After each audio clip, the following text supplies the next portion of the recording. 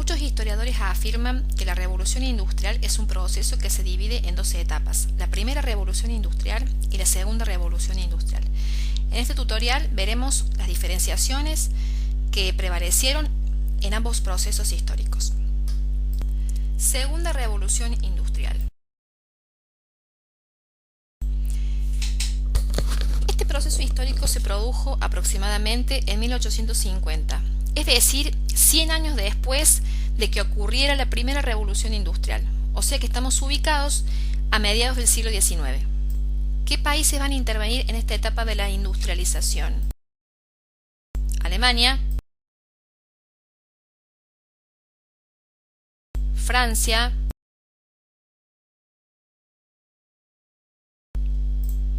Estados Unidos,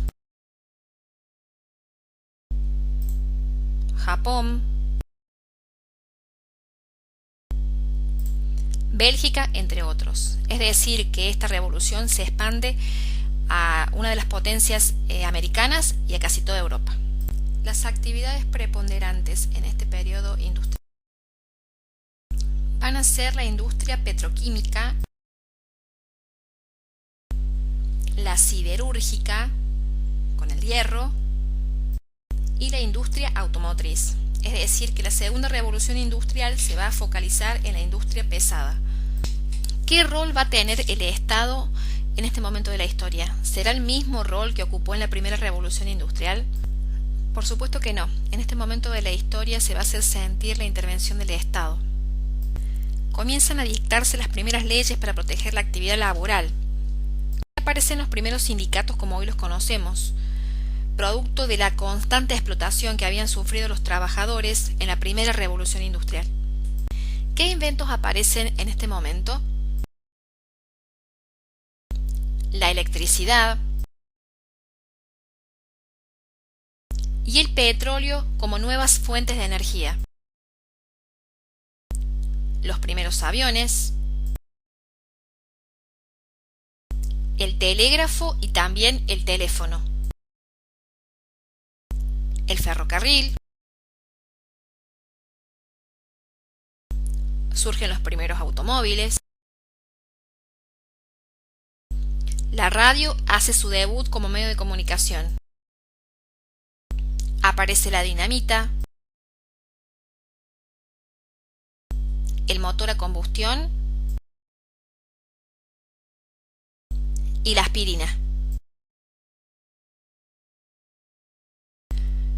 Pasaron 100 años y a esta división y especialización del trabajo que surgió en la primera revolución industrial se le agrega un perfeccionamiento.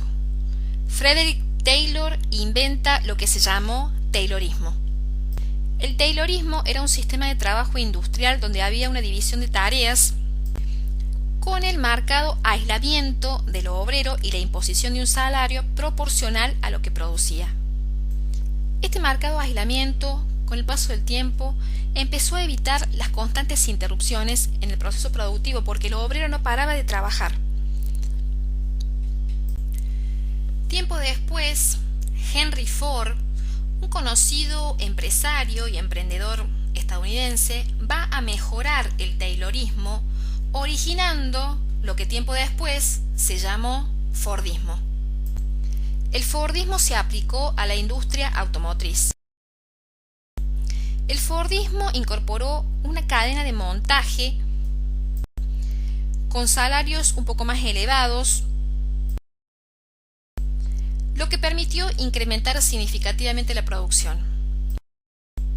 Pasaron 100 años de la primera revolución industrial. Ha aumentado la producción porque hubo muchos países que salieron a competir con Inglaterra. Es decir, que esta fábrica manejada por una sola persona ya no puede competir, ya no puede existir y ya no existe. Y comienzan las fábricas a organizarse de otra manera. Con el tiempo van a nacer las empresas como sociedades anónimas, como conglomerados.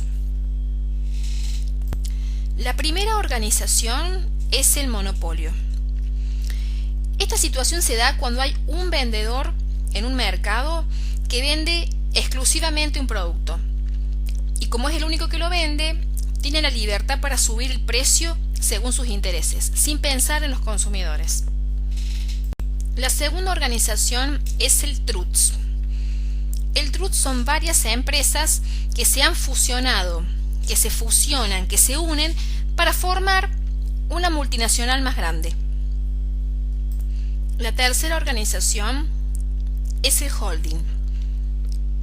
Los holdings son sociedades financieras que prestan capital a las empresas y las controlan desde afuera.